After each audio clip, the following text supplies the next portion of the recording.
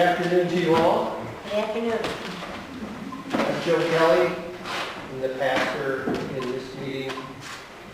This church was built in 1894, and since that time has welcomed many groups of people for weddings and other celebrations.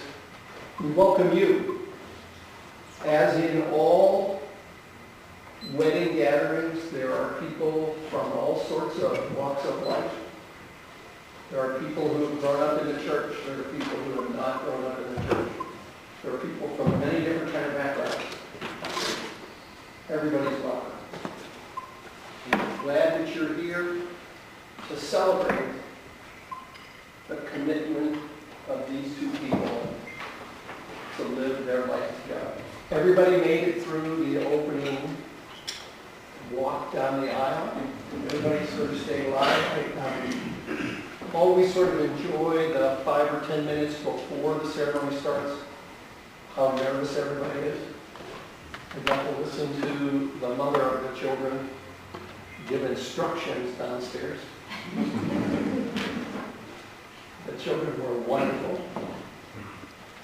Often it doesn't go quite that well, as some of you have seen. And the point to all of this is that this really is a celebration. It's not some specific thing that's done here today that makes people married. Those of us who have been married for a good many years sort of wish that it was the ceremony that made everything happen, because the ceremony lasts a relatively short period of time. Hopefully, the marriage lasts a lifetime. And marriage is a lifetime endeavor. It's how we treat each other that determines whether we're married. Join me in prayer. We thank you for this couple and this opportunity we have as people who care about them to celebrate with them this ceremonial announcement to the world that they choose to live their future life together as husband and wife. Be with them each step of the way. Amen. I was teasing the group last night that when I say a few words, I plan to speak for 2.5 hours. And I have actually survived ceremonies like that and didn't enjoy them much. And so I'm going to say a few words. But most preachers, when they say a few words, they are lying. So bear with me. To me, these words are the most important words in the Bible. God is love, and those who live in love live in union with God, and God lives in union with them. They that love know God. Notice, and I've used these words many times because they have such great meaning for me. Notice that it doesn't say those that love and show up on Sunday morning. It doesn't say those that do everything right in their life. It doesn't say those that donate tons of money. What it says is those that love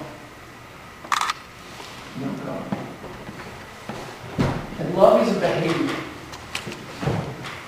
In our culture, we have a tendency to think it's a feeling. As a feeling, it's kind of risky. Because some of us are capable of loving a set of golf clubs, right? Or loving a tool, or loving a truck. Love something we can only do one day at a time. There's nothing that we can do on any given day that guarantees we will love forever. We can only love in today. It's the behavior of loving today that makes love real. And it's in that loving today that is the reality of God. I'm going to stop. How about that? Not bad.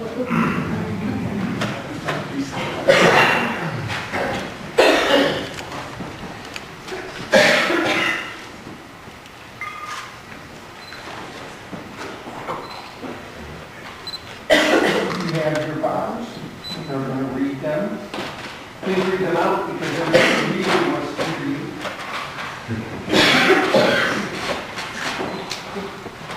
This love that we have may seem twisted and strange to some, but somehow works for us. With this in mind, I promise to follow. Not to love the dogs more than you. To love you more than life. To cherish our time together. To let you win our petty fights.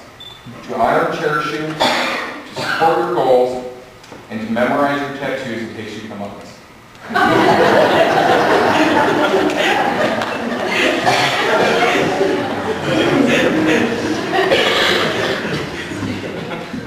Eddie, I never thought that we would be here today, considering that we have many differences. You are an introvert, and I am completely extrovert. You have always supported me in everything that I have done, helped me through some rough patches. I appreciate you standing by my side through thick and thin. You are the only one who can calm me when I am stressed from the day-to-day chaos. On my end, I promise my hardest not to stress you out. I promise to work on not always trying to have the last word and learn to compromise with you more. Thank you for being my friend, my partner for the rest of my life, and I love you more today than I ever have. I am looking forward to spending the rest of my life with you and starting the next chapter of my life with you by my side. I am eager to find out where everything goes. However, I'm sorry, but I cannot say that I will obey you. But I will certainly support you in everything you want to do in your life. Eddie, I have no doubt that you are my soulmate.